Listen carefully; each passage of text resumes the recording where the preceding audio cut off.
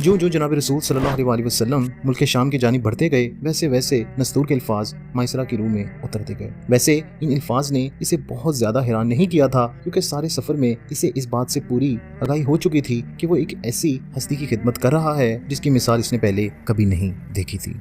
इस हकीकत की मजीद तस्दीक एक और बात से भी हो गई, जो इसने घर लौटते वक्त देखी। इसने तजुर्बा किया कि सूरज की गर्मी आप सल्लल्लाहु अलैहि वसल्लम पर बिल्कुल असरअंदाज नहीं होती थी। एक दोपहर को तो इसने बिल्कुल साफ तौर पर फरिश्तों को देखा, जो आप सल्लल्लाहु अलैहि वसल्लम को सूरज की तपिश से बचाने के लिए इनको अपने साए में लिए हुए थे। मक्का पहुंचने पर सईदा खदीजा रज़ी ताला अन्हा के मकान पर इस सामान को लेकर गए, जो आप सल्लल्लाहु अलैहि वसल्लम ने शाम के बाजारों से इस रकम से खरीदा था, जो अपने सामान तजारत को बेचकर हासिल हुई थी। खदीजा रज़ी ताला अन्हा सफर का हाल आप सल्लल्लाहु अलैहि वसल्लम से सुनती रही और इन्हें तफसील से बताते रहे कि किस तरह इन्होंने कारोबार तजारत अंजाम दिया। ये तजारत